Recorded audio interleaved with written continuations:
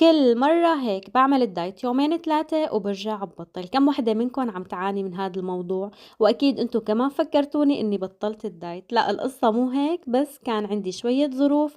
يلي متابعني على اليوتيوب أكيد بيعرف شو هي. وهلأ رجعت لكم من جديد ورح أبدأ من اليوم يلي وقفت عنده، اليوم السادس. والثلاث أيام يلي مرقوا وما نزلت فيهم فيديوهات ما رح أعتبرهم موجودين، راحوا بحال سبيلهم.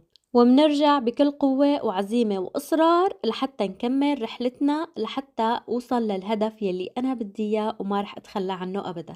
مهما كانت الصعوبات ولو شو ما صار لازم حقق هدفي قبل نهاية السنة. وإنتي كمان حطي الهدف يلي بدك إياه وامشي لنكمل المشوار مع بعض، وإن شاء الله بنوصل لأحلى النتائج مع بعضنا.